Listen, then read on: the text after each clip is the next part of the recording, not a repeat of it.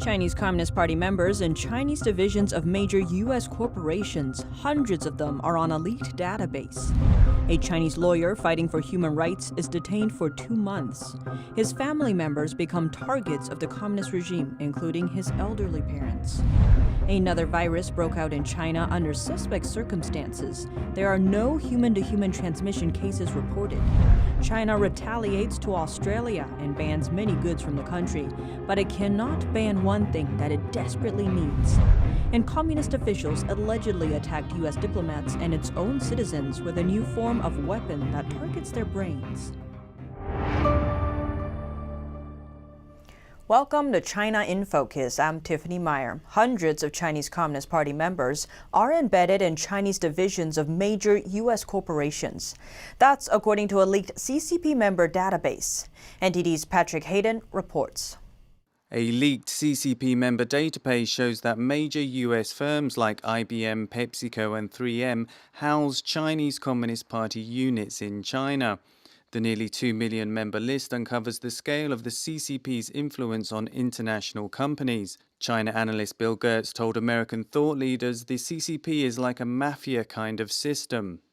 They can use information that they gain from inside of companies or inside of foreign governments, and they know how to put all of this together.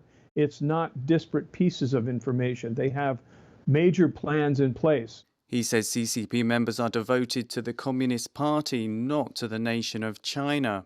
Yeah, it's not just a political party. It's an ideological drive, as I say in my book, to basically take over the world. The list shows that IBM has over 800 CCP members and at least 24 party branches. 3M has 230 members and 5 party units, while PepsiCo has 45 members in its unit.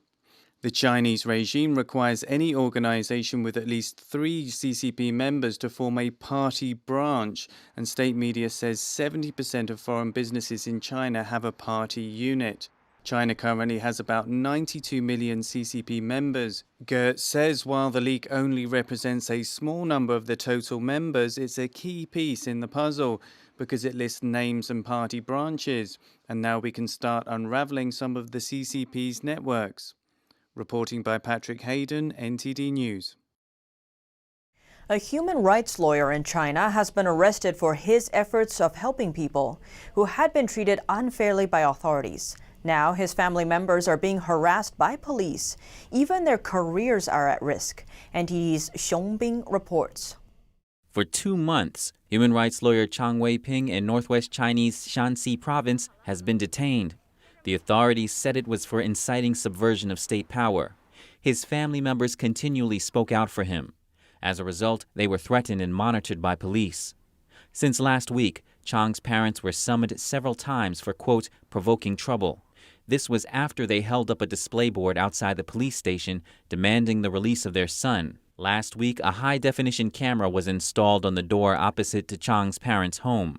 The police stay around and come out to threaten anyone who visits the elderly couple. The director of the police station has repeatedly threatened to detain Chang's wife or limit her freedoms. The mobile phones of Chang's parents, eldest brother-in-law and father-in-law were all taken away, so they are unable to communicate with the outside world. One of Chang's sisters and brother-in-law are teachers. They were summoned several times last week by the County Education Bureau. His brother-in-law was arranged by the Education Bureau to stay at his parents' home all day and was forced to report Chang's parents' every activity to the authorities. Chang's eldest sister's family was also warned not to support him. They were told if they did, their son would not be accepted by any colleges, nor be qualified to be a government official later. Since all communication paths were cut off, no one knows what is going on with the case so far. Chang mainly represented public interest litigation cases. The defendants were often authorities or companies with ties to authorities. Chang's friend from the legal profession, Mr. Zhang, criticized the Bar Association for not defending Chang's rights. To protect his identity, we only use his surname. This is an obligation clearly stipulated in the Constitution of the Bar Association. The association charges membership fees, but never defends its members. On the contrary, it helps to persecute its members. The Department of Justice and the Bar Association work together to persecute the lawyers. Many lawyers are oppressed. The lawyer industry has no hope at all. Back in January, Chang was detained for 10 days, and his lawyer's license was canceled for what they called suspicion of subverting state power, after he met with some dissidents. In October, Chang released a video of being tortured during his January detention. Thereafter, he was placed under house arrest for the second time. Reporting by Xiong Bin, NTD News. This year, Germany will finish its term on the United Nations Security Council, and Ambassador Christoph Heusgen plans to retire after 40 years as a diplomat. On Heusgen's last council meeting, China's deputy UN ambassador Geng Shuang gave him a humiliating farewell. He said, "Out of the bottom of my heart, good riddance, Ambassador Heusgen." The Chinese ambassador's comment comes after the German UN envoy asked China to release Canadian citizens Michael Kovrig and Michael Spavor. The two Canadians are currently jailed in China. Their imprisonment came as retaliation shortly after Canadian police arrested Huawei Technologies' chief financial officer Meng Wanzhou. China's UN ambassador Geng Shuang is a former spokesman for China's foreign ministry. He was one of Beijing's prominent so-called wolf warrior diplomats. Now we look to another virus in China. As the pandemic in China is heating up, another deadly virus broke out in Yongzhou City, Hunan province in southern China. Chinese media reported over the weekend a woman in the city was diagnosed with the highly lethal H5N6 bird flu. One of the live poultry trading markets closed on the same day. All other markets of this kind in the same county followed suit on the next day. But authorities did not explain whether this was connected to the case. The woman is being treated with a respirator in intensive care in a hospital. People in close contact with her are being closely monitored.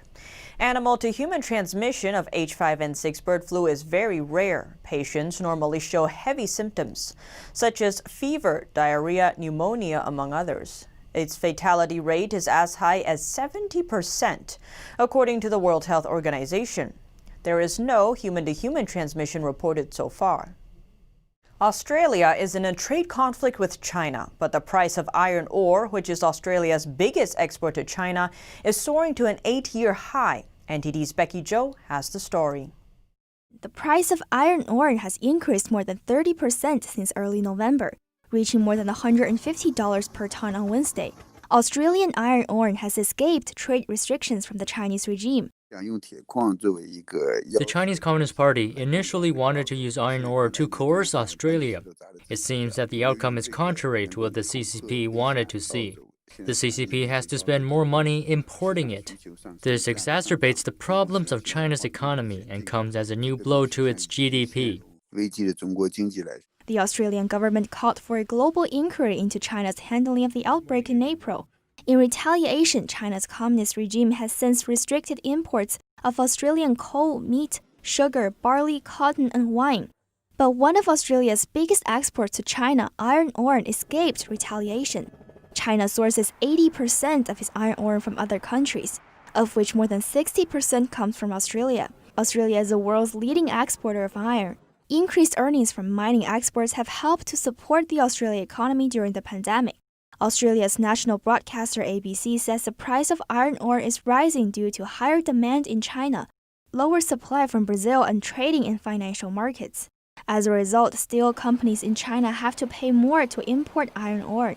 The vice chairman of the Iron and Steel Association of China said the price increase went beyond expectations. The steel industry is likely to suffer more losses. Analyst at Standard & Poor's says high iron ore price will continue into the first quarter of the next year.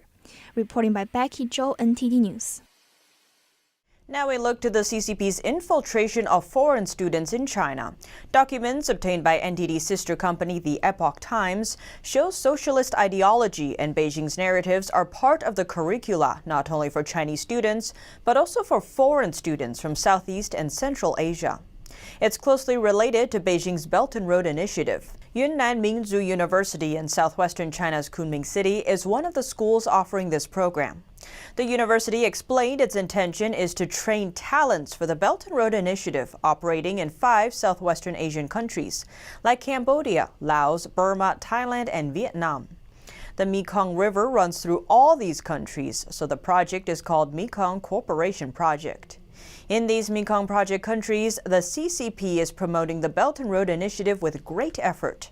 The initiative is a global CCP project to build infrastructure, mainly in developing countries in Asia and Africa, as well as in some Western countries such as Australia and Italy. It has placed some countries under massive debt. This was used by the CCP to put economic pressure on governments so they agree with Beijing's agenda. Leaked documents show foreign students participating in this Mekong project will study China's policies in political and economic areas. Classes would include theory and practice of socialism with Chinese characteristics and research on the CCP's innovative theory. Classes about Chinese culture have little to do with traditional Chinese culture, but aim to promote Beijing's narratives on its domestic and foreign policy. As for the financial aspect, the Mekong Talent Project applied for $1 million from the CCP. It covers the costs of training 100 university students, 100 government officials, and 3,000 workers from the countries. Another translator training program was allocated a $760,000 budget for the year 2018. It covers the cost of training 100 translators from 5 countries. Besides, the Yunnan Police College has promoted the Belt and Road Initiative through a police master's degree for foreign police officers from more than 17 countries, such as Afghanistan, Argentina, Pakistan, the Philippines, Vietnam. China's Ministry of Public Security funds their tuition and living expenses. Similar programs have also been offered in the universities in northwest China to train students from Central Asian countries that have joined the Belt and Road Initiative. A university in the region filed an application earlier this year to receive funding. It wrote the plans can effectively broaden positive public opinion to support the Belt and Road Initiative in these foreign countries, including eliminating voices of criticism and opposition. Communist officials allegedly attacked U.S. diplomats and its own citizens with a new form of weapon. NTD's Becky Zhou has the story. U.S. State Department officials have recently told reporters that brain attacks do exist in China. U.S. diplomats suffered significant injuries in a series of attacks in 2017 that seemed to target their brains. The symptoms include fatigue, dizziness, hearing loss, balance problems, and trouble concentrating, among others. The National Academy of Sciences found that directed microwave radiation is the likely cause of illnesses among American diplomats in China. 73 Chinese victims of electromagnetic attacks filed complaints to authorities in Beijing in 2017. Mr. Zhong, a member of the anti-brain attack organization, said there were much more victims in China, but the regime ignored their cases and regarded them as mentally ill. Since June of last year, the Chinese regime have allegedly attacked 2 sisters with electromagnetic waves. Chi Guixia and Chi Guiming live in a shared home in Harbin of China. U.S.-based Irene Wang, daughter of Chi Guixia, says officials allegedly emitted electromagnetic waves towards them at home, hurting their brains. Members of the National Security Agency drive a car that emanates signals and electromagnetic waves. These signals target my mother and aunt because they practice Falun Gong. They were persecuted before for their faith. Falun Gong, also known as Falun Dafa, is a spiritual practice in the Buddhist tradition that espouses the core tenets of truthfulness, compassion, and tolerance. The regime has been persecuting Falun Gong practitioners since 1999. Their heads hurt as if someone is holding their skull. They can't sleep. It's very painful even when they put their heads on pillows. It's very hard for them to fall asleep. They really feel wretched. The sisters also had difficulty breathing. Once they moved to the homes of their relatives, the predicament stopped right away. But officials continued to follow and monitor the sisters round the clock, no matter where they went. Their relatives fell prey to the stalking as well. The sisters had no choice but to move back to avoid creating trouble for their relatives. They reported these incidents to local police, but to no avail. The Chinese Communist Party persecute people in an invisible manner. I hope that more people will be aware of these attacks one day. If any victims ask for your help, at least you know these incidents did occur. Reporting by Becky Zhou, NTD News. A Hong Kong protester who was shot by police last year is in exile. An advocacy group revealed the news and said he is in an undisclosed location. 19-year-old Sum Chi-kin was shot and wounded during a pro-democracy protest. He was the first of 2 people police shot during a month-long series of protests. Sun did not show up for a court hearing on Tuesday. Pro-democracy group Friends of Hong Kong revealed in a statement that he and some fellow protesters left the city. The group said Sun and some friends were unable to obtain asylum at the local U.S. consulate. The U.S. consulate stated its policy that asylum could only be requested upon arrival on American soil. And that's all for today's China in Focus. But before you go, we have an announcement. There will not be any shows for Christmas Eve or Christmas Day. Merry Christmas, and to everyone else, happy holidays. Thanks for watching, and see you next time.